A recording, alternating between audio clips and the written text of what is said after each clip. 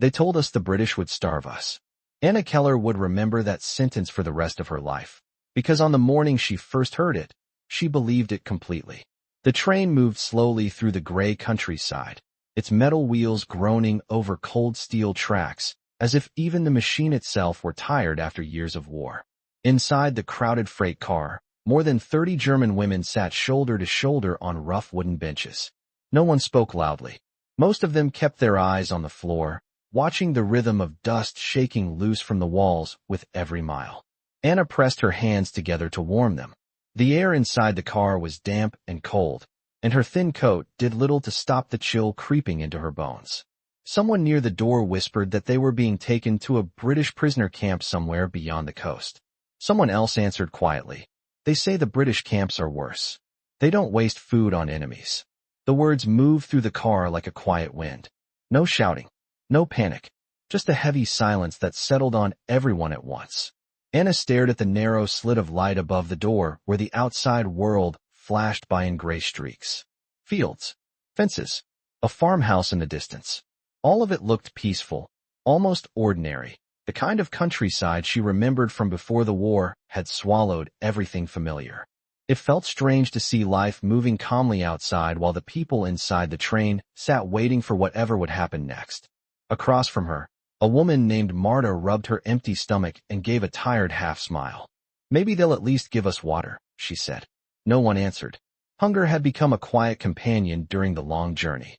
The last real meal most of them remembered was days ago, something small and forgettable, the kind of food you eat quickly because you don't know when the next one will come. Anna leaned her head back against the wooden wall and closed her eyes for a moment. She tried to imagine what waited at the end of the tracks. Barbed wire, guards, long lines for thin soup. That was the picture everyone carried in their heads. The train slowed. The metal wheels screamed softly as the brakes tightened. Outside, the countryside disappeared behind a curtain of early morning fog. Someone near the door straightened up. Someone else whispered, "We're here." The freight door slid open with a harsh scrape, and cold air rushed into the car. For a moment no one moved. The women looked at each other as if stepping outside might make the rumors real. Anna stood slowly and followed the line toward the open door. When she climbed down from the train, the first thing she noticed was the silence. No shouting, no chaos, just a wide field covered in pale mist, a tall wooden fence in the distance, and a group of British soldiers standing quietly beside a dirt road. One of them checked a clipboard. Another pointed toward the camp entrance about 50 yards away. Anna tightened her coat and took a slow breath. Every step toward that gate felt like walking into a story she had already heard too many times. A story where prisoners went hungry and mercy did not exist. And yet, beyond the fence, something unexpected was rising into the morning air. A thin gray ribbon of smoke. The kind that only came from a kitchen fire. The women were ordered to form a line, and the line moved slowly across the damp grass toward the camp entrance. Anna Keller kept her eyes forward, careful not to look too curious, careful not to attract attention. The air smelled different here, not like the stale cold inside the train car, but like wet earth and wood smoke drifting through the fog. The smoke came from somewhere inside the camp, rising in soft gray curls that twisted into the pale morning sky. Anna noticed it immediately because it did not match the picture she had built in her mind during the long train ride. Smoke like that usually meant cooking. A wooden gate stood ahead, about 50 yards away, guarded by 2 British soldiers in dark uniforms. They looked ordinary, almost relaxed, their posture calm as they watched the line approach. One soldier spoke quietly to another while holding a clipboard. No one shouted orders. No rifles were raised. The silence felt strange, almost unsettling, because the women had prepared themselves for something harsher. Marta walked beside Anna and whispered under her breath, asking if she smelled it too. Anna nodded slightly. The scent was faint but unmistakable. Something warm. Something cooked. It reminded her of bread baking in. A village oven before the war had turned ordinary mornings into distant memories. The line continued moving. Boots stepped softly on the damp ground, leaving dark marks in the grass. A British officer stood near the entrance with a tall posture and a calm expression, watching each prisoner pass through the gate. He did not look angry or impatient. Instead, he seemed focused, as if he were organizing something carefully rather than guarding enemies. Anna noticed another detail that surprised her. A long wooden building stood beyond the fence, about 100 feet away, with wide windows glowing faintly with yellow light. The smoke she had seen earlier drifted upward from a chimney on its roof. More soldiers walked nearby, carrying metal containers that looked heavy, moving quickly but without tension. One of the German women in front of Anna slowed her steps and stared toward the building. Another woman whispered something in disbelief. The smell in the air grew stronger with every step closer to the gate. Anna felt her stomach tighten, not only from hunger, but from confusion. None of this matched the rumors they had repeated to each other during the journey. According to those stories, British camps were places where prisoners received almost nothing. Thin soup, hard bread, long lines, and cold silence. Yet the smell in the air suggested something entirely different. When Anna finally reached the wooden gate, she stepped through carefully, her eyes scanning the camp beyond. The ground inside was neat and organized, with several rows of buildings standing in clean lines across the open space. A gravel path stretched ahead for about 75 yards toward the building with the glowing windows. As the women continued walking, a British soldier gestured politely with his hand, guiding them along the path. No harsh voice, no threats, just a quiet motion directing them forward. Anna followed the group, her senses sharpening with every step. The smell of food was now impossible to ignore.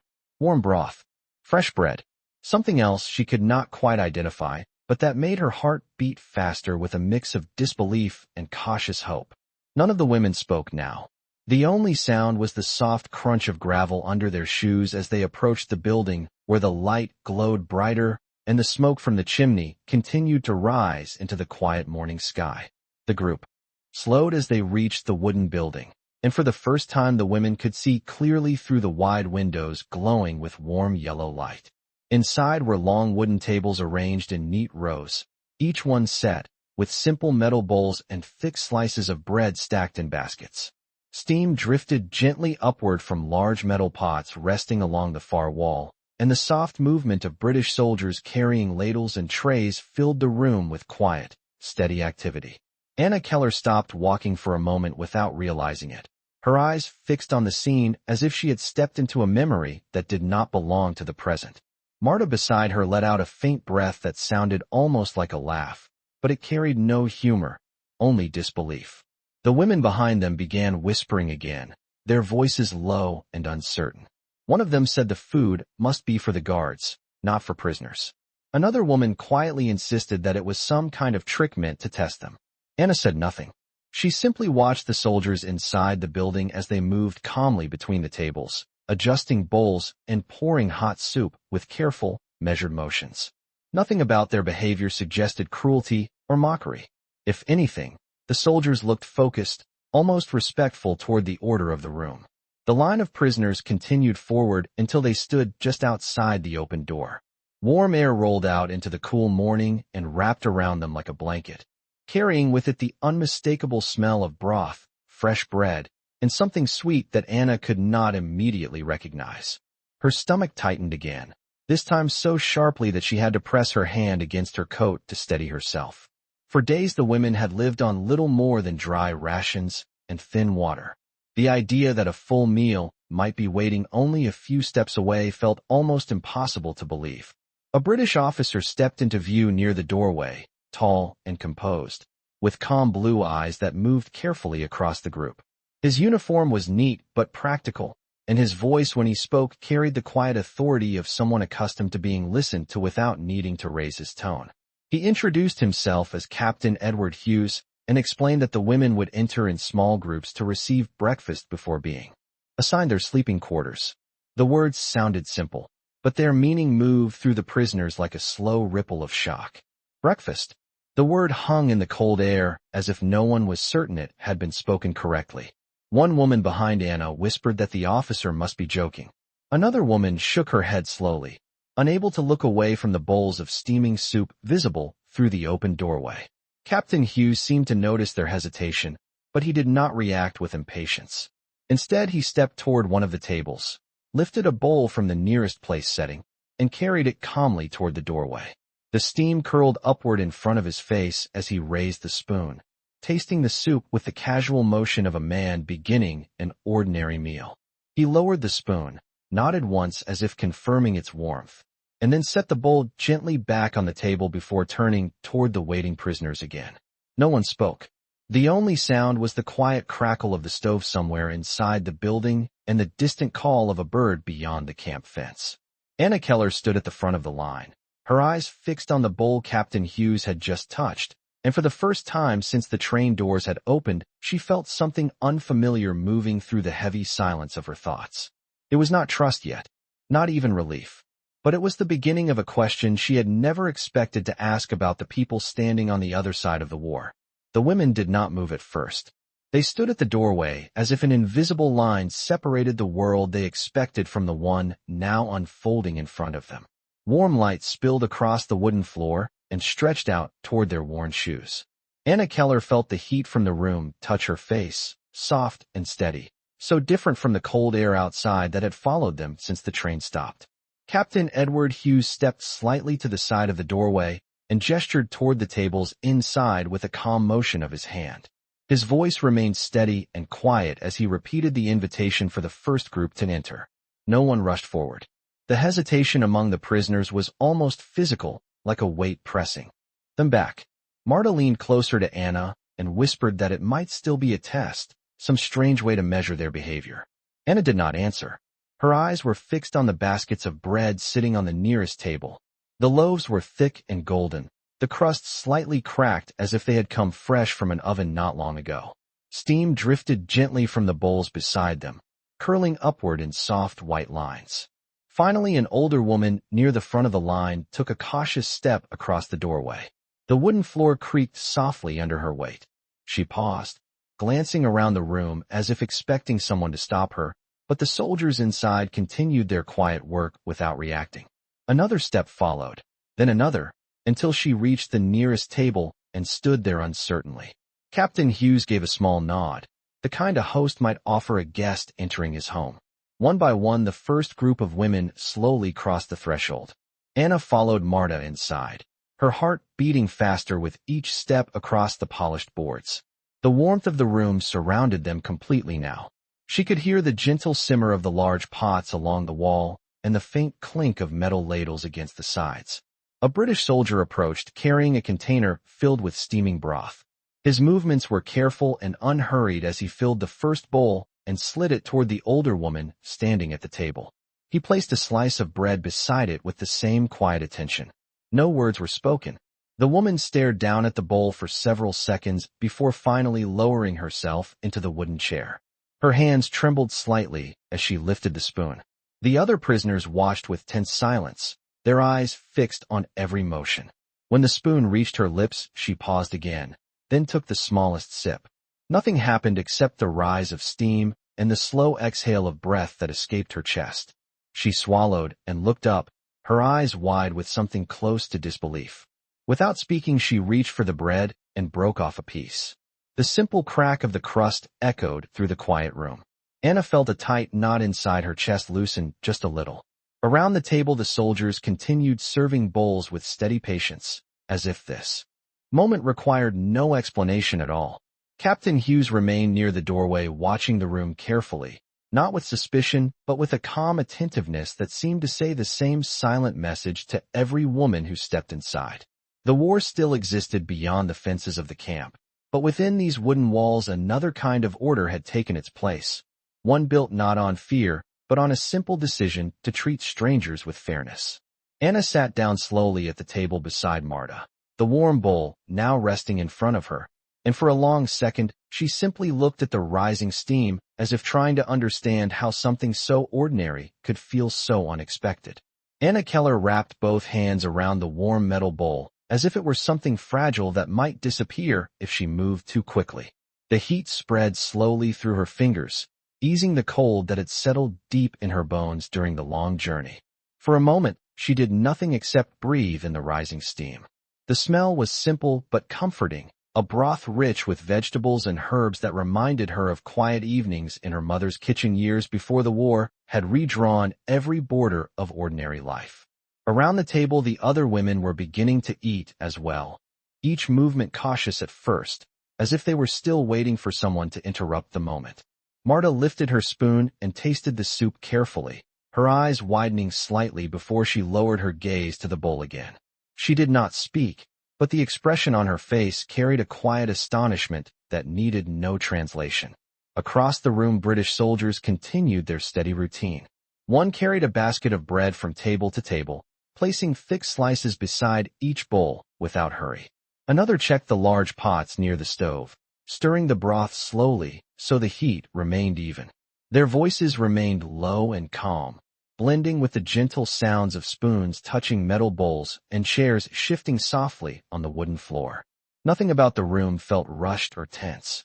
It felt organized, deliberate, almost respectful. Anna finally lifted her spoon. The broth trembled slightly as she raised it toward her lips. For a brief second her mind returned to the warnings whispered on the train. They had been told to expect hunger, to expect cold treatment, to expect the quiet humiliation of being enemies on foreign soil. Yet the warm bowl in her hands did not match those expectations at all. She tasted the soup. The flavor was mild but full, the kind of food meant to restore strength rather than impress the senses. The warmth traveled down her throat and settled in her stomach like a small flame of relief. She closed her eyes for a moment before taking another spoonful. Around the table, the women began eating more steadily now, their earlier hesitation slowly replaced by a quiet focus on the simple act of nourishment. Marta broke a piece of bread and handed half to Anna, without saying a word. The crust cracked softly as Anna accepted it. She took a bite and felt the texture of fresh bread dissolve slowly, the taste far richer than anything she had eaten in days. The room remained peaceful. Captain Edward Hughes still stood near the doorway, observing the scene with the calm posture of someone ensuring that everything unfolded as intended. He spoke occasionally to one of the soldiers beside him, but his voice never rose above the gentle rhythm of the room. Anna glanced toward him briefly. There was no sign of triumph or superiority in his expression, only the quiet concentration of a man fulfilling a responsibility. It was a small detail, yet it lingered in her thoughts. Across the table, the older woman who had entered first was now finishing her bowl, holding the spoon with steady hands that no longer trembled. She looked around the room slowly, taking in the warm light, the orderly tables, and the soldiers who continued serving food without judgment. Something unspoken passed between the prisoners then, a shared recognition that the story they had carried in their minds during the train ride had begun to change. Outside the camp fences, the war still divided nations and uniforms, but inside this dining hall another truth had quietly revealed itself through a bowl of soup and a slice of bread. Anna lowered her spoon and rested her hands on the edge of the table, feeling the steady warmth of the room settle around her as she realized that sometimes the first sign of dignity in a place of captivity was not spoken through commands or rules, but through the simple decision to feed a hungry stranger. The warmth of the meal settled slowly into the room, and with it came a quiet shift in the air that no one had expected when the train doors first opened hours earlier. Anna Keller finished the last spoonful of broth and rested the spoon gently inside the bowl. For a moment, she simply sat there, feeling the steady warmth spread through her chest and stomach, replacing the sharp edge of hunger that had followed her since the journey began. Around the table, the other women moved more comfortably now. The cautious silence that had filled the first minutes inside the hall had softened into quiet conversation, low voices sharing small observations as if they were testing whether normal human behavior was truly allowed here. Marta leaned closer and whispered that she had not tasted bread that fresh in months. Anna nodded slowly, still studying the room rather than speaking. She watched the soldiers carefully, trying to understand the rhythm of their work. A young British soldier approached with another basket of bread balanced against his arm. He stopped beside the table and placed several new slices into the nearly empty basket in front of them. His movements were polite and steady, almost shy, as if he were aware that every gesture might be interpreted with suspicion. When Marta quietly thanked him in hesitant English, the soldier simply gave a small nod before continuing toward the next table. The exchange lasted only a few seconds, but Anna noticed how naturally it had happened. No tension, no harsh words, just a brief moment of ordinary courtesy between people who only days earlier would have stood on opposite sides of a battlefield. At the far end of the hall, Captain Edward Hughes stepped away from the doorway and walked slowly between the rows of tables. His pace was measured, his hands resting calmly behind his back as he observed the room. He paused occasionally to speak quietly with one of the soldiers, sometimes adjusting the arrangement of a table or checking the large pots near the stove. The role he played was not that of a distant commander, but something closer to a careful host, ensuring that every detail worked as intended. Anna watched him pass their table. For a brief moment his eyes met hers, and there was no hostility in the look he offered. Only a brief acknowledgement, calm and steady. Before he continued walking, that small exchange lingered in her thoughts longer than she expected. The war had taught everyone to view the opposing uniform as a symbol of threat. Yet here was a man wearing that uniform who seemed more concerned with warm meals and quiet order than with demonstrating authority. Marta finished her bread and leaned back slightly in the wooden chair, letting out a slow breath that carried both relief and exhaustion. Across the room, the older woman who had entered first now spoke softly with two other prisoners, her hands moving as she described the moment she tasted the soup. Their expressions held the same mixture of disbelief and gratitude that had spread through the hall. Outside the tall windows, the morning light had grown brighter, touching the frost still clinging to the grass beyond the camp fence. Anna looked toward that light for a moment, and then back to the bowl resting empty in front of her. A simple meal had changed the atmosphere of the entire room. The fear that had traveled with them on the train had not vanished completely, but it had loosened its grip. In its place was something quieter and far more complicated. It was the realization that even in the middle of a war, dignity could still appear in small, deliberate choices. The kind that required no speeches and no grand gestures. Only a warm dining hall, a bowl of soup, and the decision to treat strangers as human beings. The dining hall slowly returned to a calm rhythm after the first wave of hunger had been satisfied. Bowls were being collected, bread baskets were replaced, and the quiet movement of soldiers continued with the same careful pace as before. Anna Keller remained seated for a moment longer, her hands resting lightly on the wooden table as she watched the activity around her. The warmth of the room had settled deep into her shoulders, easing the stiffness that had built during the long train ride. Outside the tall windows, the morning sun had climbed higher, spreading pale light across the frost that still covered the camp yard. The brightness revealed more details of the camp than she had noticed earlier. Low wooden barracks stood in clean rows beyond the dining hall, each building separated by wide gravel paths. The order of the place was unmistakable. Nothing appeared chaotic or neglected. Marta leaned forward and whispered that the camp looked almost like a small village from a distance. Anna understood what she meant. There was a sense of structure here that did not resemble the harsh stories they had heard during the journey. At the far end of the hall, Captain Edward Hughes spoke quietly with one of the soldiers before turning toward the prisoners again. He waited until the room grew naturally quiet before addressing them. His voice carried clearly but without force, the tone of someone who expected attention without demanding it. He explained that the women would soon be guided to their assigned sleeping quarters where they could rest and store their belongings. He also mentioned that medical staff would visit later in the day to ensure everyone was in good health after the long transport. The words were practical and simple, yet they carried an unexpected sense of reassurance. Several women exchanged glances across the tables, their expressions reflecting the same cautious surprise. Anna listened carefully to every word, noticing how the officer avoided unnecessary authority. He spoke with clarity but never raised his voice. When he finished, he gave a small nod and stepped back, allowing the soldiers to begin organizing the next steps. A young soldier approached Anna's table and gestured politely toward the doorway. His instructions were brief but respectful, guiding the group to follow the gravel path outside. Chairs moved softly across the wooden floor as the women stood.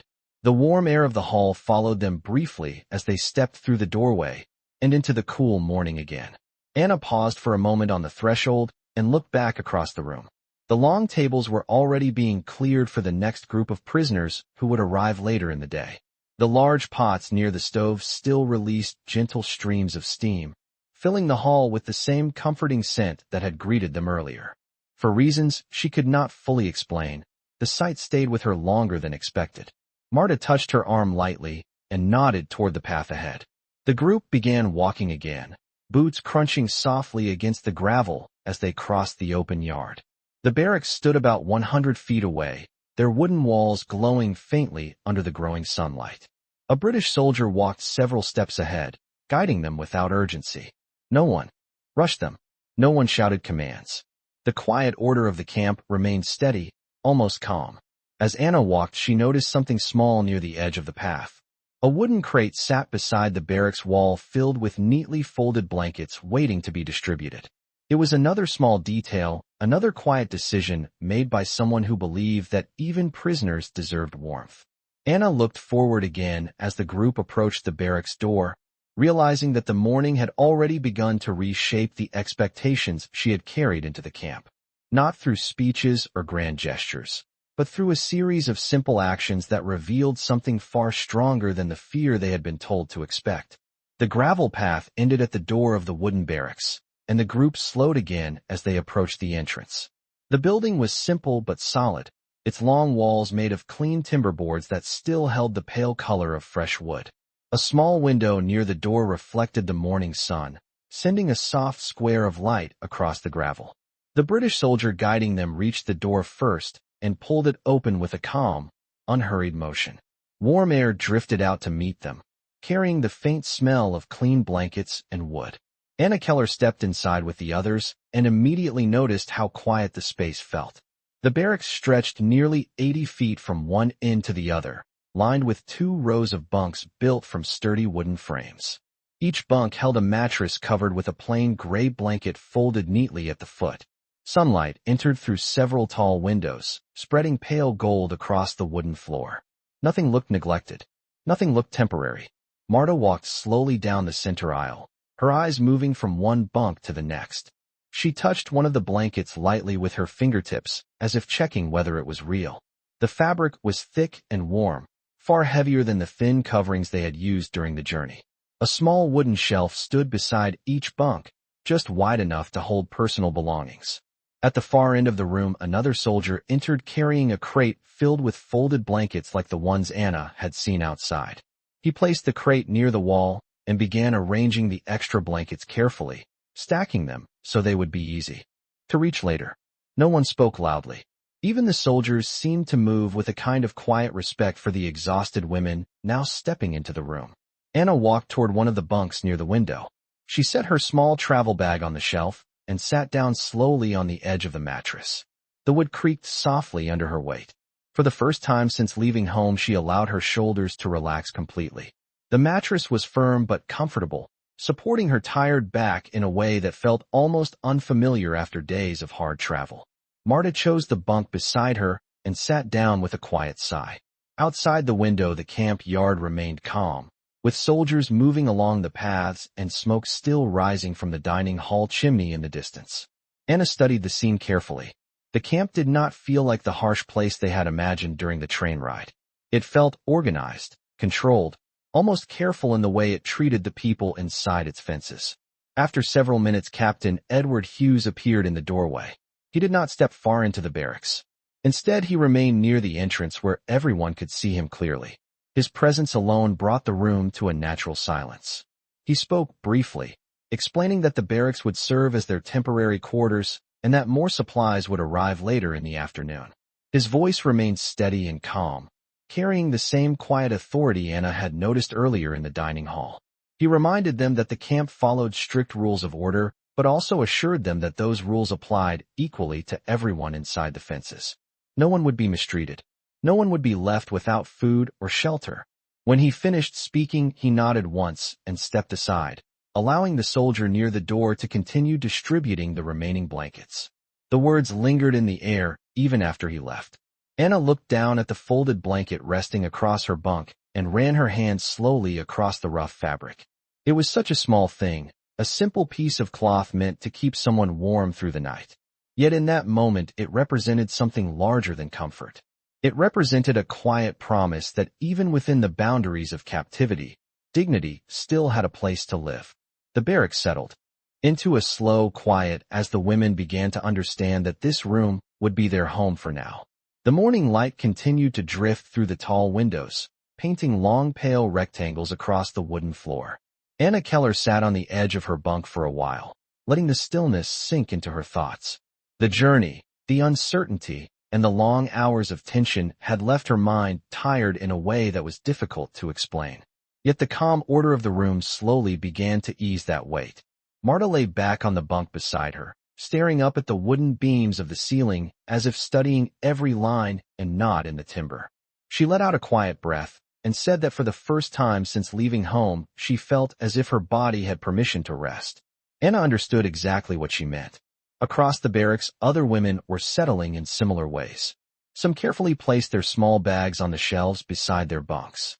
Others sat quietly with their hands folded, simply absorbing the warmth and shelter around them. A few stood near the windows, watching the activity outside the camp. Through the glass, Anna could see British soldiers walking along the gravel paths with the same steady pace she had noticed earlier. One group carried wooden crates toward another building near the far fence. Another soldier paused near the yard gate, speaking calmly with a guard before continuing on his way. Nothing in their movements suggested hostility. Instead, the entire camp seemed to function like a carefully organized system where every task had its place. After a while, the soldier who had brought the crate of blankets stepped forward again. He began offering the extra blankets to anyone who needed another layer for the colder nights. His voice remained quiet and respectful as he spoke, careful with his words so that the women could understand. Marta accepted one of the blankets with a small nod of thanks and placed it neatly at the foot of her bunk. Anna noticed the same pattern repeated across the room. Each gesture was simple but thoughtful. No one rushed the process. No one treated the prisoners as if they were an inconvenience. The small acts continued to build a sense of cautious trust that had not existed earlier that morning. Anna finally stood and walked toward the window beside her bunk. Outside, the sun had climbed higher, warming the frost on the ground until small droplets of water began to form along the grass. The camp looked almost peaceful from this angle. The barracks stood in straight lines about 60 yards apart, separated by gravel paths that led to different parts of the compound.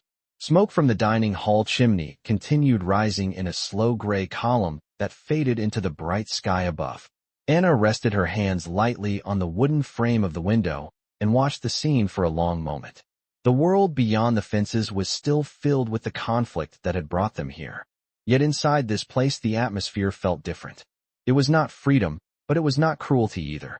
It was something quieter, something built on rules and responsibility rather than fear. Marta joined her at the window and followed her gaze across the yard. She said softly that the morning had turned out very differently than anyone had imagined during the train ride. Anna nodded slowly. She had expected many things when the gates of the camp opened. Hunger, anger, perhaps humiliation. What she had not expected was this quiet structure of fairness that seemed to guide every action inside the fences. As the sunlight continued to spread across the barracks floor behind them, Anna realized that the true surprise of the morning had not been the warm meal or the comfortable bunks. It had been the discovery that dignity could still exist in a place where none of them had believed it would survive. The quiet inside the barracks deepened as the morning slowly moved forward. Some of the women had stretched out on their bunks, allowing exhaustion to pull them into brief moments of sleep, while others remained seated, watching the sunlight shift across the wooden floor. Anna Keller stayed by the window a little longer, observing the life of the camp beyond the glass. The frost had now almost disappeared from the grass, leaving small shining drops that caught the light like scattered pieces of glass. British soldiers continued moving through the yard with the same calm purpose she had noticed since arriving. A pair of them pushed a small wooden cart along the gravel path, the wheels rolling slowly as they delivered crates toward another building near the fence. Everything seemed organized, measured, and strangely quiet for a place that held prisoners of war. Marta eventually stepped away from the window and returned to her bunk, pulling one of the thick blankets over her legs as she sat down. She looked toward Anna and asked in a soft voice whether she believed the camp would remain like this or if the calm was only temporary. Anna considered the question for a moment before answering. She said that it was too early to know the future, but what they had seen so far suggested that the people running this place believed in a certain kind of order. Not an order built from fear, but one built from rules that everyone seemed expected to follow. Marta nodded slowly, accepting the thought even if uncertainty still lingered in her expression. Across the room, several women had gathered around one of the small wooden tables placed near the far wall. A British soldier had entered carrying a stack of simple notebooks and pencils. He placed them on the table and explained that anyone who wished to write letters or keep personal notes would be allowed to do so under the camp regulations. The announcement brought a wave of quiet murmurs through the barracks. For many of the women, the idea of writing again felt almost unreal after the long days of transport and uncertainty. Anna watched as one of the older prisoners carefully picked up a notebook, turning the pages slowly as if the paper itself were a fragile object. Marta noticed the scene as well and said that perhaps the camp understood something important about people, that even prisoners needed small pieces of their own thoughts to hold on to. Anna agreed. War could take away homes, borders, and freedom, but the ability to think and remember still belonged to the individual. Allowing the women to write meant allowing them to keep a part of themselves that no fence could contain. Outside the window, the sound of a distant bell echoed across the yard, low and clear. A few soldiers changed direction along the paths, as if the signal marked the beginning of another scheduled task. The structure of the camp revealed itself again through that simple sound. Nothing here seemed accidental. Every movement followed a pattern designed to keep the place functioning smoothly. Anna returned to her bunk and sat down slowly, running her hand across the folded blanket once more. She thought about the many stories she had heard about enemy camps during the war, stories filled with anger and bitterness. Yet the reality in front of her was proving more complicated. The people in charge of this place appeared determined to treat their prisoners according to a standard that went beyond simple control. It was a quiet kind of discipline that valued fairness as much as authority. As the morning light continued to drift across the wooden walls of the barracks, Anna realized that each small detail she had witnessed since arriving had carried the same message. Not spoken loudly, but repeated through actions again and again. Even in a place defined by conflict, the decision to act with humanity remained a choice that individuals could still make. The barracks had grown quieter as the morning stretched toward midday. Sunlight now filled the room more fully, warming the wooden walls and casting long, steady beams across the bunks.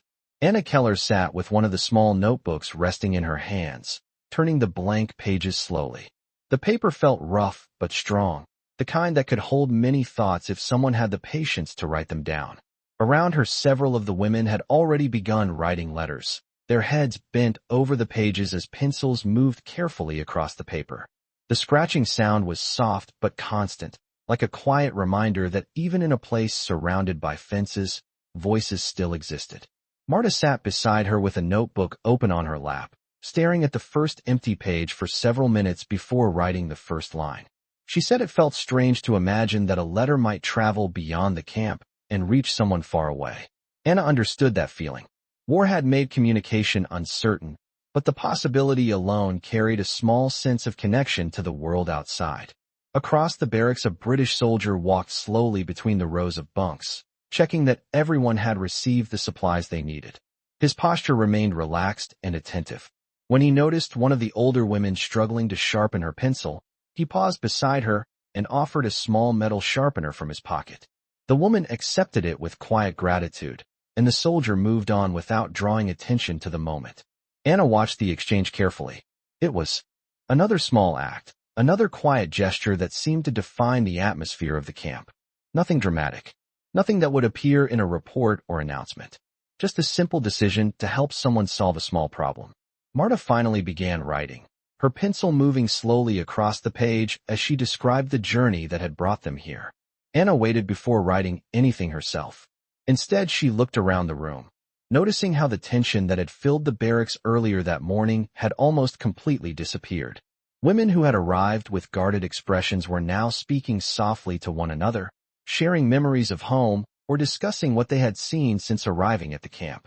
The room no longer felt like a place of uncertainty. It felt like a temporary refuge where people were slowly rediscovering their ability to think about the future. Outside the window, the yard continued to move with the same quiet order. A group of soldiers walked along the far path carrying tools toward a maintenance shed near the fence. Another soldier paused beside the dining hall entrance, speaking briefly with Captain Edward Hughes before continuing on his way. Anna recognized the captain immediately by his tall posture and composed movements. Even from a distance he appeared calm and deliberate, observing the camp with the careful attention of someone responsible for every detail within its boundaries. Anna finally lowered her eyes to the blank page in her notebook.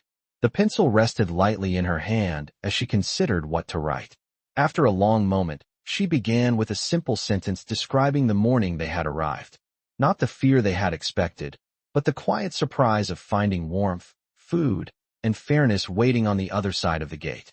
The words came slowly at first, but once they began to flow, she felt the tension in her chest ease even further. Writing allowed her to shape the experience into something she could understand. As the pencil continued moving across the page, Anna realized that the story she was telling was not only about prisoners arriving at a camp. It was about the unexpected discovery that even in the middle of war, individuals still had the power to choose how they treated the people placed under their authority. And sometimes those choices could transform an entire place without anyone needing to raise their voice. The afternoon light gradually replaced the pale brightness of morning, filling the barracks with a warmer glow that settled softly across the bunks and wooden floor. Anna Keller had nearly finished writing the first pages in her notebook. Her handwriting moved carefully across the paper, each sentence shaped with the patience of someone trying to understand events that had unfolded faster than expected. Around her, the quiet scratching of pencils continued as other women wrote their own accounts or letters home. The sound created a gentle rhythm that blended with the distant movements of the camp outside. Marta leaned back on her bunk for a moment, stretching her tired shoulders before returning her attention to the notebook in her lap. She smiled faintly and said that it felt strange to describe kindness in a place where they had prepared themselves for hardship. Anna understood that feeling well. The expectations they had carried into the camp had been built from fear and rumor, yet the reality they were now experiencing followed a different pattern. Outside the window, the sun stood higher in the sky, casting steady light across the open yard. Anna noticed Captain Edward Hughes again walking along the gravel path between the barracks and the dining hall. His steps were calm and deliberate, his attention moving from one part of the camp to another as if he were quietly measuring whether everything functioned as it should. A soldier approached him carrying a clipboard, and the two men spoke briefly before separating again. The conversation appeared ordinary, yet the way the captain listened carefully before answering revealed the same thoughtful leadership Anna had observed earlier in the day. Inside the barracks, a few women had begun helping one another organize their bunks. Extra blankets were folded neatly at the foot of each bed, and small belongings were arranged on the narrow shelves beside them. The process felt almost domestic, like people rebuilding a sense of order after a long period of uncertainty. One of the older prisoners walked slowly down the aisle carrying a cup of water she had brought from a nearby station outside.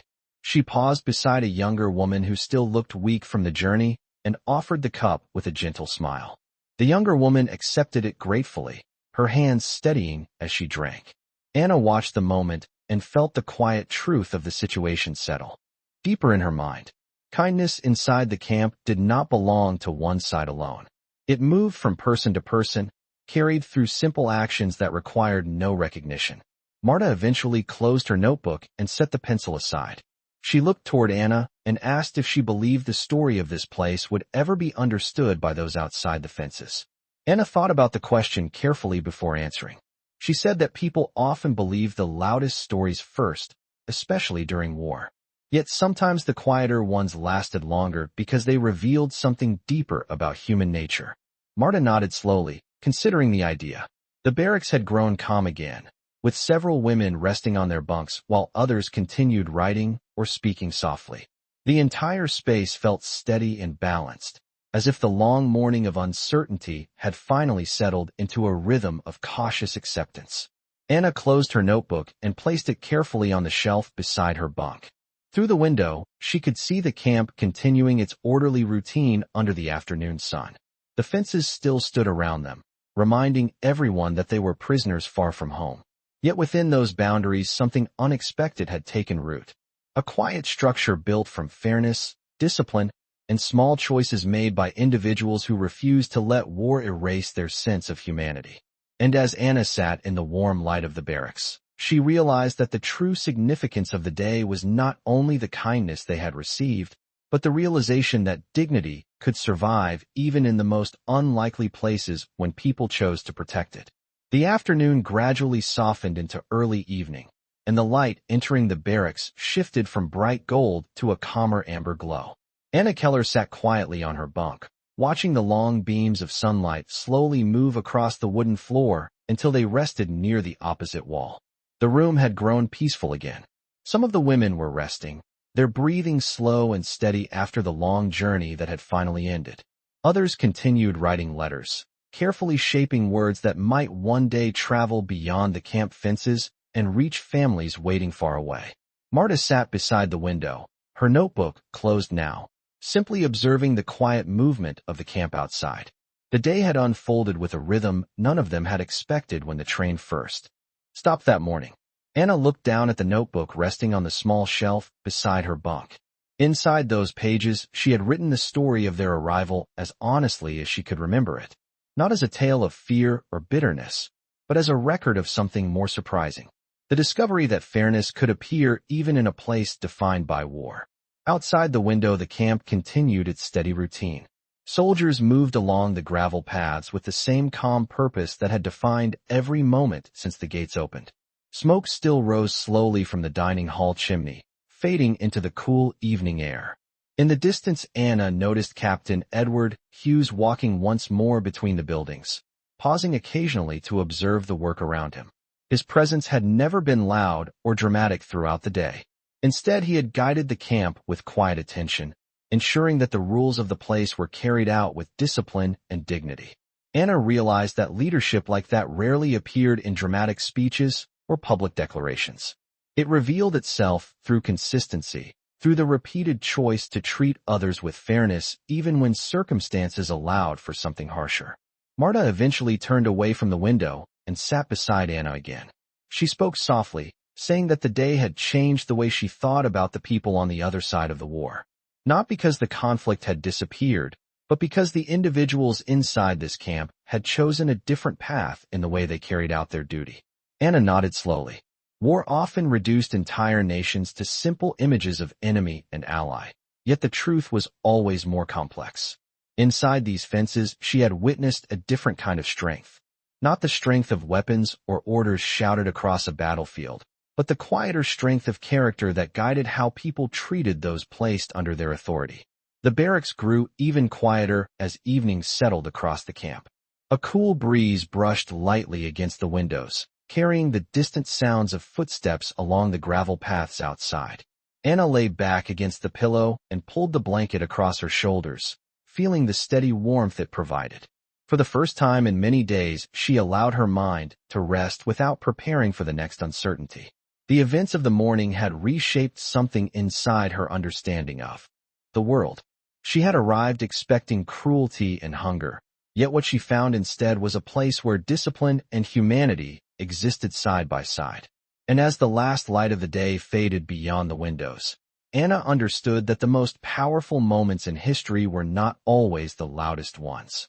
Sometimes they were quiet decisions made by ordinary people who refused to abandon their standards, even in the middle of war. She did not raise her voice, and neither had the man who ran this camp. But together, through small actions repeated again and again, they had raised the standard of what dignity could look like when the world expected something far less.